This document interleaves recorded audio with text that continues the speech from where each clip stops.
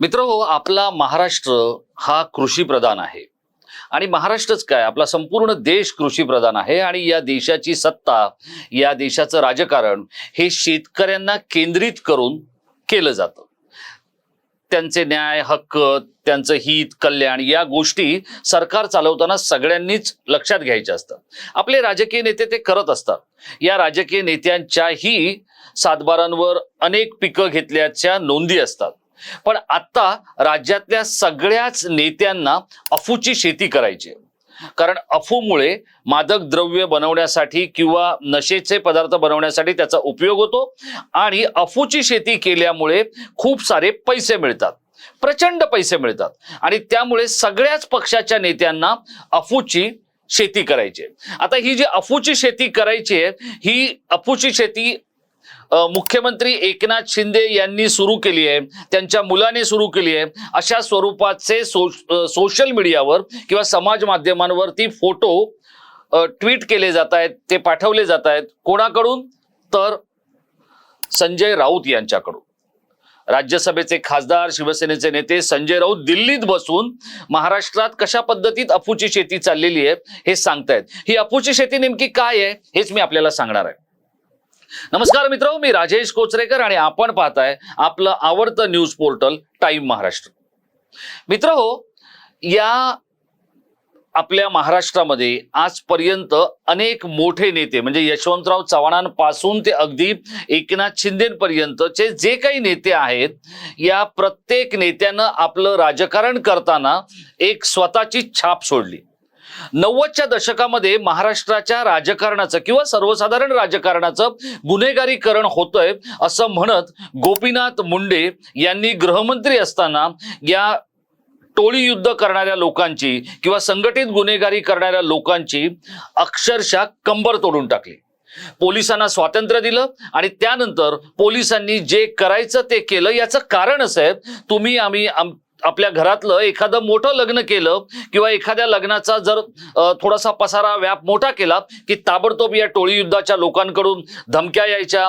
बिल्डरांनी जर काही केलं, एखादा मोठा प्लॉट घेतला, मोठी बिल्डिंग बांधली की त्यांना धमक्या यायच्या। कोणीतरी एका पाठोपाठ एक 2 चित्रपट केले तर त्याला धमक्या यायच्या। अक्षरशः 90च्या दशकामध्ये या टोळी युद्धातल्या लोकांनी सगळ्यांना भंडावून सोडलं होतं आणि त्यानंतर गोपीनाथ मुंडेंनी जे काही केलं त्यामुळे सगळ्यांनीच तोंडात बोटं घातली। गोपीनाथ मुंडेंनी जे केलं त्याचे महाराष्ट्रावर उपकार आहेत असंच म्हणायला हवं। ते टोळी युद्ध संपल्यानंतर त्यांचे जे चेले चपाटे राहिले त्यातले काही परदेशात निघून गेले आणि काही जे इथे महाराष्ट्रात राहिले ते काळाच्या ओघात त्यांच्या बरोबर जे काही भलं बुरं होतं त्यातून राजकारणी झाले। ती पिढी मागे पडते ना पडते तर त्यांच्या पाठोपाठ येणाऱ्या पिढीने आता पुन्हा एकदा राजकारणात शिरकाव करायला सुरुवात केली। संजय राऊत यांनी 2 फोटो ट्विट केलेले आहेत। आता श्रीकांत शिंदे जे खासदार आहेत आणि मुख्यमंत्र्यांचे चिरंजीव आहेत, त्यांचा एक फोटो हा संजय राऊत यांनी ट्विट केला आणि हा फोटो कोणाचा आहे तर हा फोटो आहे हेमंत दाभेकर याचा। आता हेमंत दाभेकर कोण आहे तर पुण्यामध्ये जी किशोर मारणे नावाच्या गुंडाची हत्या झाली त्या हत्येतला हा हत्यारा आहे किंवा हा खुनी आहे। याला जन्मठेपेची शिक्षा लागली आणि तो सध्या जामिनावर बाहेर आहे। श्रीकांत शिंदे यांच्याकडे हा हेमंत जो दाभेकर आहे तो पोचला कोणाच्या माध्यमातून तर अनिकेत जावळकरच्या माध्यमातून पोचला। हा अनिकेत जावळकर कोण आहे तर युवा सेनेचा पश्चिम महाराष्ट्रातला एक पदाधिकारी आहे। हे सगळं झालं, संजय राऊत यांनी फोटो ट्विट केल्यानंतर पूर्वेश सरनाईक जे युवा सेनेचे कार्याध्यक्ष आहेत यांनी लगोलग त्याची हकालपट्टी केली। आता गंमत बघा, पूर्वेश सरनाईक हे कोण आहेत तर पूर्वेश सरनाईक हे प्रताप सरनाईकांचे चिरंजीव आहेत। त्यांना काही गोष्टी आता नीट कळायला लागलेल्या आहेत, कारण वडिलांनी केलेल्या काही चुकांमधून आणि आदित्य ठाकरे यांच्याबरोबर वावरताना आदित्य ठाकरेंचं नुकसान कशामुळे झालं हे बघून पूर्वेश सरनाईक जर काही शिकले असतील तर ती पहिली कृती ही आहे असं मला वाटतं। पण आता माझा पुढचा प्रश्न हा आहे की ज्या अनिकेत जावळकरला काढून टाकलाय तो दुसऱ्या पक्षात जाणार नाही याची काय खात्री? तर दुसरा पक्ष त्याला घ्यायला तयार असणारच आहे, कारण ह्या अशाच लोकांची सध्या राजकारण्यांना गरज आहे। आता दुसरा फोटो जो संजय राऊतांनी ट्विट केलाय तो काय आहे तर तो मुख्यमंत्र्यांबरोबरचा आहे। मुख्यमंत्र्यांबरोबर जो फोटो संजय राऊतांनी ट्विट केलाय किंवा जो सोशल मीडियावर टाकलाय तो आहे निलेश घायवळ या गुंडाचा. आता हा जो निलेश घायवळ आहे हा पुण्यातला एक नामचीन गुंड आहे आणि राज्यातल्या अनेक पोलीस ठाण्यांमध्ये म्हणजे अनेक जिल्ह्यांमध्ये त्याच्यावर तक्रारी दाखल आहेत. तर याला घेऊन जाणारा जो नेता आहे तोही शिंदेंचाच एक आमदार आहे आणि तो आमदार जो काही आहे तो महाराष्ट्रातल्या साधू संतांपैकीचा एक आमदार आहे. संतोष बांगर त्यांचं नाव. म्हणजे आता आपल्याला पुढचं काही सांगायची गरज नाहीये. हा, तर मला हे म्हणायचं की हे फक्त शिंदे पितापुत्र करतायत का, तर मुळीच नाही. बरं, सगळ्यात महत्वाची गोष्ट आपल्याला इथे गमतीदारपणे सांगितली पाहिजे ती काय आहे, तर हे सगळं कोण करतंय, संजय राऊत करतायत. तर आता संजय राऊत आणि सुनील राऊत हे सध्या शिवसेनेचं जे काही घडलेलं आहे त्याच्यामध्ये काहींचा दोषारोप हा संजय राऊतांवर आहे आणि संजय राऊतांना ईडीच्या सगळ्या तुरुंगातून बाहेर काढण्यामध्ये सुनील राऊतांची भूमिका मोठी आहे. त्यामुळे शिवसेनेसाठी जे काही करायचंय ते हे राऊत बंधू करतायत. पण या राऊत बंधूंचे जे आता फोटो आहेत ते मी आणखी एका महाराष्ट्रातल्या थोर संतांबरोबरचे फोटो आपल्याला दाखवणार आहे. आता तुम्ही पाहिलं असेल हे थोर संत कोण आहेत. हे थोर संत आहेत मयूर शिंदे. मयूर शिंदे हे कोण आहेत हे जर आपल्याला मी सांगण्यापेक्षा आणि माझा व्हिडिओ मी वाया घालवण्यापेक्षा तुम्ही जरा गुगलवर जाऊन बघा. मग तुम्हाला मयूर शिंदे हे महाराष्ट्रातल्या संत परंपरेतले किंवा मुंबईच्या पूर्व उपनगरातले किती मोठे संत आहेत हे आपल्याला कळेलच.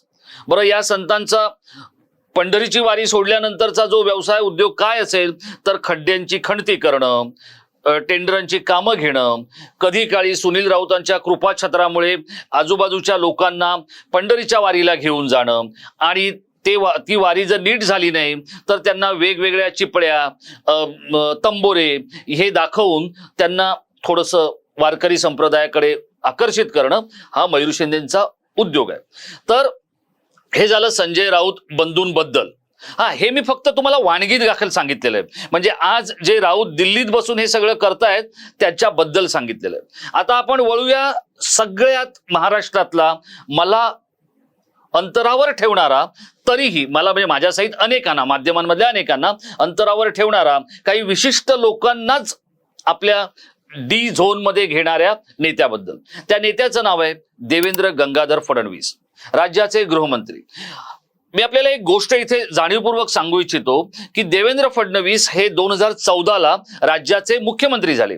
त्याच्या आधी 1.5 वर्ष देवेंद्र फडणवीस यांनी जे पथ्यपाणी पाळलं होतं ते जर आपल्यापैकी कोणी ऐकलं तर आपण खरंच चक्रावून जाऊ. त्यांनी एकाही सब इन्स्पेक्टरच्या, पोलीस हवालदाराच्या बदलीसाठी पत्र दिलं नव्हतं. एकाही इंजिनियरला किंवा एकाही तहसीलदाराला बदला, याला आणा, हा माझ्या कामाचा आहे, हा मला सहकार्य करतो, असं कोणाबद्दलही म्हटलं नव्हतं. हे महाराष्ट्राच्या राजकारणात काम करताना इतकं पथ्यपाणी पाळणं कमालीचं अवघड असतं. म्हणजे ते तर अनेकांना झेपूच शकत नाही, पण ते देवेंद्र फडणवीसांनी पाळलं आणि त्यामुळेच बहुधा 2014 ते 2019 पर्यंत ते मुख्यमंत्री राहू शकले. पण याच देवेंद्र फडणवीसाने प्रशासनातल्या काही वात्रट अधिकाऱ्यांना आपल्या बरोबर घेतलं. जे काही कोण होतं हे आपल्याला कळू शकेल. पण त्याच वेळेला त्यांनी आणखी काय केलं तर 2014ला मुख्यमंत्री झाल्यानंतर ते 2015ला ठाण्यामध्ये एका दहीहंडीला गेले आणि एका दहीहंडीला जाऊन त्यांनी 48 मिनिटं मुख्यमंत्री असताना तिथे आपला वेळ दिला. देवेंद्र फडणवीस हे मला आवडतात का, तर ते विषयाची उत्तम उजळणी करतात, बोलताना नेमस्त बोलतात, बोलताना आपण कुठेही वाहून जाणार नाही हे बघतात, आपली माणसं कशी जपायची याचं भान ठेवतात, अधिकाऱ्यांबरोबर आदराने आणि अदबीनं वागतात आणि एका राजकीय नेत्यानं कसं असायला हवं याचं उत्तम उदाहरण म्हणजे देवेंद्र फडणवीस आहे. अर्थ, विज्ञान, माध्यम, त्याचप्रमाणे जो संसदीय कामकाजाचा भाग आहे तो, विकास, या सगळ्या गोष्टीवर अत्यंत व्यवस्थितरित्या अभ्यास करणारा, वेळा पाळणारा आणि सगळं योजनाबद्ध करणारा नेता म्हणजे देवेंद्र फडणवीस. पण त्यांना कोणी ह्या दुर्बुद्धीला लावलं हे मला आजपर्यंत कळलं नाही. गणपत गायकवाड, त्याचप्रमाणे नरेंद्र मेहता, शिवाजी पाटील असे अनेक एकापेक्षा एक लोक देवेंद्र फडणवीसांच्या अवतीभोवती काही मंडळींनी आणले आणि हीच नेमकी अफूची शेती आहे. आता हीच गोष्ट श्रीकांत शिंदेच्या बाबतीत आहे. ते डॉक्टर आहेत, सलग 3ऱ्यांदा ते आता खासदार होतील आणि कोणाला माहीत असेल किंवा नसेल त्यांच्यासाठी डॉक्टर श्रीकांत शिंदे हे जर खासदार झाले नसते तर ते एक चांगले उत्तम डॉक्टर म्हणून नावारूपाला आले असते, कारण डॉक्टरकीचं खूप चांगलं अंग हे त्यांना होतं, पण ते खासदार झाले आणि त्यांच्या अवतीभोवतीच्या काही लोकांनी त्यांच्या भोवती ही अशी मंडळी आणायला सुरुवात केली. त्यामुळे एकट्या एकनाथ शिंदेंना किंवा एकट्या श्रीकांत शिंदेंना किंवा एकट्या देवेंद्र फडणवीसांना आपण दूषण देण्याची गरज नाहीये. याचं कारण काय, तर हे सगळं करणारे जे संजय राऊत आहेत हे एक उत्तम पत्रकार संपादक म्हणून आहेतच, पण पत्रकारितेतलं त्यांचं जे वैशिष्ट्य आहे ते म्हणजे गुन्हेगारीवरचं वार्तांकन. महाराष्ट्र त्यांना त्यासाठी ओळखतो आणि गुन्हेगारीवरचं वार्तांकन करताना तुम्हाला अनेक लोकांशी संबंध संपर्क ठेवावा लागतो, त्याशिवाय बातमी येत नाही. मग असं असणारे संजय राऊत आता हे जे सुरू केलेले आहे, बरं संजय राऊत हे ज्यांच्या मठामध्ये सध्या वेगवेगळ्या विद्या गिरवतायत ते शरद पवार यांच्याबद्दल मी न सांगितलेलं बरं. महाराष्ट्राच्या राजकारणात जे काही नेते आहेत त्या नेत्यांपैकी अंडरवर्ल्डची अगदी खडानखडा माहिती जर कोणाला असेल आणि त्या सगळ्या विषयांबद्दल जर अधिक ज्ञान कोणाला असेल तर ते शरद पवारांना आहे. त्यानंतरचा क्रमांक लागतो नारायण राणेंचा. म्हणजे नारायण राणेंच्या ज्ञानाबद्दल तर बँकॉकमध्ये जर एखाद्या गुंडावर फायरिंग झाली तर राज्याच्या मुख्य सचिवाला आणि मुंबईच्या पोलीस आयुक्तांना कळण्याआधी नारायण राणेंना कळलेलं असतं, इतकं त्यांचं नेटवर्क हे जबरदस्त आहे.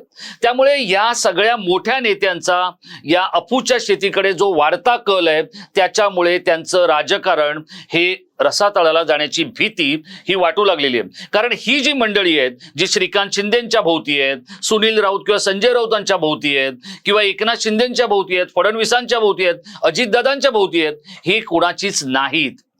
या सगळ्या गुन्हेगारी प्रवृत्तीच्या व्यक्तींना आणि या कार्यकर्त्यांना फक्त सत्तेचा फायदा हवा असतो. पोलिसांनी आपली सालं काढू नये म्हणून त्यांना एक आधारवड हवा असतो. तर हा आधारवड शोधण्याचा प्रयत्न ही सगळी मंडळी करत असतात.